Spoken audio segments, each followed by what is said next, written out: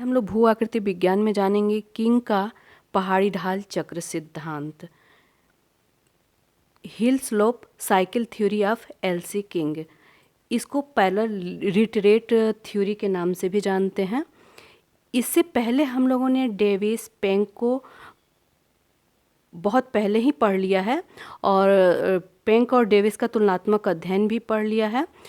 तो इससे पहले जो वीडियो हमने बनाया हुआ था वो ढाल के तत्व। अब हम लोग आज पढ़ रहे हैं किंग का पहाड़ी ढाल चक्र सिद्धांत। तो किंग का जो यह सिद्धांत है ये कई भूआकृति वेत्ता और कई पर्यवेक्षकों की व्याख्या पर इनका सिद्धांत आधारित था। स्वयं इन्होंने पर्यवेक्षण का कार्य नहीं किया था। किंग का मानना था कि डेविस का जो शीतोष्ण आर्द्र जलवायु स्थलाकृतियों की विकास के लिए जो सामान्य दशा है वो एक्चुअली इस जलवायु के जो स्थल रूप हैं वो परिहिमानी जलवायु के अवशिष्ट भाग हैं। अतः इनके कहने का मतलब था कि जो डेविस ने शीतोष्ण आर्द्र जलवायु स्थलाकृतियों के लिए जो सामान्य दशा माना था वो जो है परिहिमानी जलवायु के अवशिष्ट भाग थे। अतः वो जलवायु नहीं उपोष्ण कटिबंधीय अर्ध आर्द्र जलवायु स्थल रूपों के विकास के लिए अधिक महत्वपूर्ण है, मतलब सामान्य दशा के लिए अधिक महत्वपूर्ण माना इन्होंने।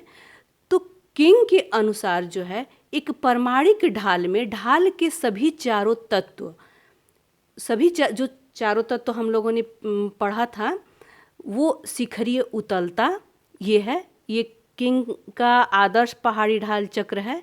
शिखरीय उतलता ये है और मुक्त पृष्ठता ये मुक्त पृष्ठ है जहाँ मलबा का जमाव नहीं होता है। और सरल रेखात्मकता ये सरल रेखा जो मतलब यहाँ पर मलबा का जमाव होता है। और अधा अवतलता या अवतलता जो बिल्कुल ही सामान्य होता है जिसको इन्होंने बाद में पेडिमेंट कहा। तो ये जो है मतलब इनके अनुसार एक आदर्श पहाड़ी ढाल में ये चारों तत्व विद्यमान रहते हैं।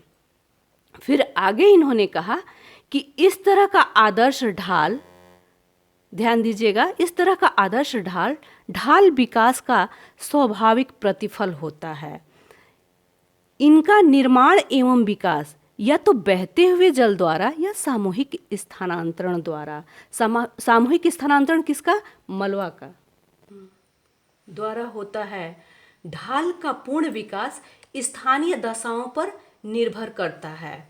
इन स्थानीय दशाओं में, स्थानीय दशा क्या इन्होंने क्लाइमेट को कहा, तो स्थानीय दशाओं में दृढ़ शैल संस्तर तथा पर्याप्त उच्चावच प्रमुख कारक है।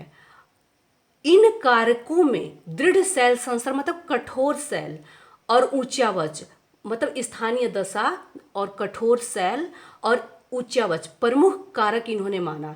इन कारकों में अगर कोई कारक अनुपस्थित होता है तो ढाल में कगार तथा मलबा ढाल नहीं बन पाते हैं।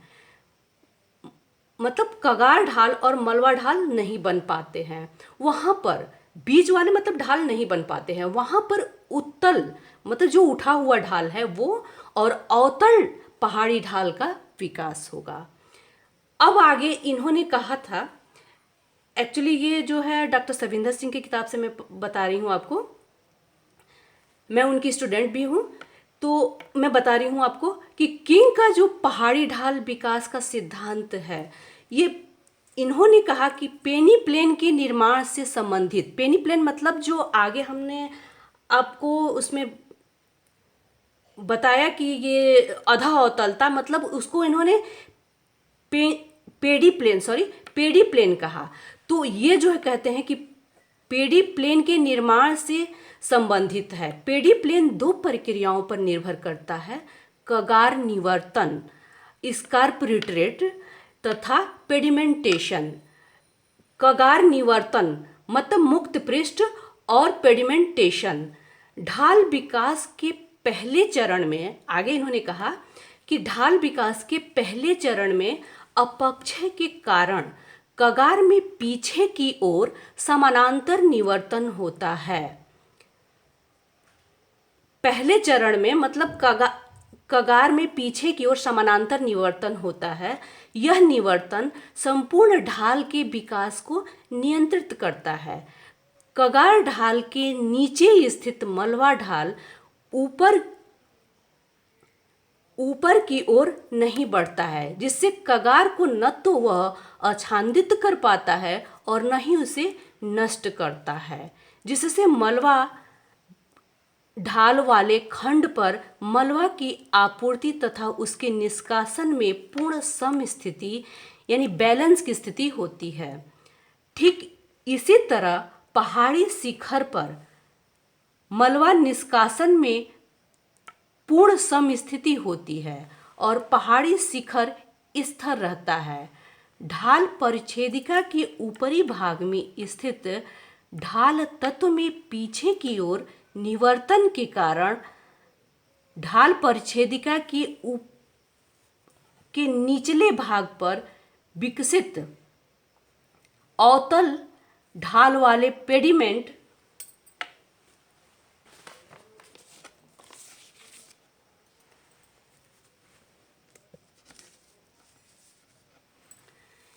की लंबाई वृद्धि के कारण ढाल के ऊपरी तत्व खास करके मुक्त पृष्ठ समाप्त हो जाते हैं।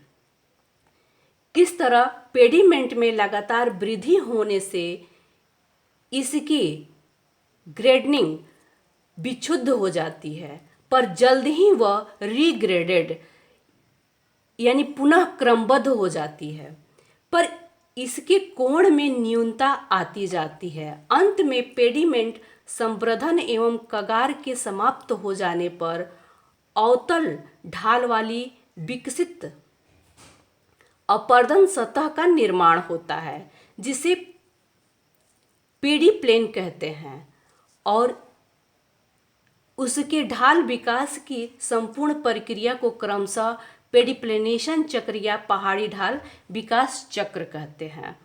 तो ये जो है किंग का समानांतर निवर्तन सिद्धांत के अनुसार ये ढाल विकास है। इन्होंने डेविस की आलोचना करते करते करीब डेविस की तरह ही इन्होंने ये उत्थित पेडिप्लेन जो तरुणावस्था में इन्होंने विकास बताया, ये तरुणावस्था में, और ये जो है पौधावस्था में इस तरह से इन्होंने बताया किस तरह से ढाल का विकास होता है, और ये फिर जीर्णावस्था में इन्होंने बताया। तो ये जो है इनका सिद्धांत यहीं पर समाप्त होता है। आगे मैं आपको बता रही हूँ, ये इसको आपको करना नहीं है।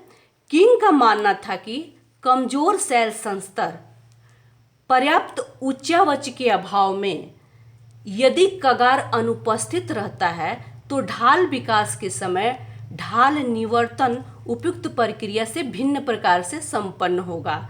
मतलब अगर कोई एक जैसे जो भी हो, उच्चावच हो या फिर जो क्लाइमेट हो, मतलब इस तरह का अगर कोई चीज़ अगर अनुपस्थित रहता है तो ढाल या कठोर सेल संस्तर हो, अगर तीनों ही में से कोई भी अनुपस्थित रहता है तो वो उस तरह से ढाल विकास नहीं होगा, बल्कि वो दूसरी प्रक्रिया से संपन्न होगा। अधिकतम ढाल कोण में न्यूनता होती जाएगी। इनका मानना था कि कगार युक्त ढाल ही सामान्य नॉर्मल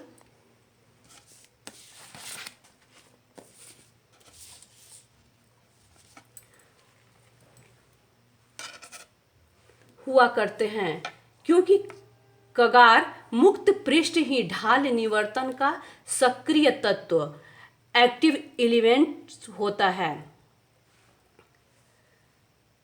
जहां पर कगार अनुपस्थित होता है वहां पर ढाल का विकास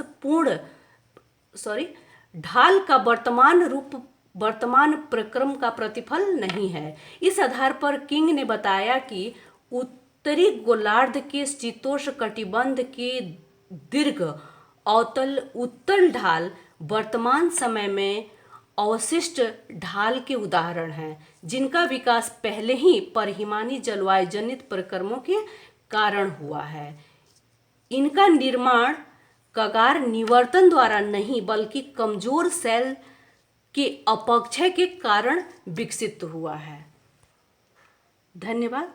आप हमारे चैनल से जुड़े रहिएगा।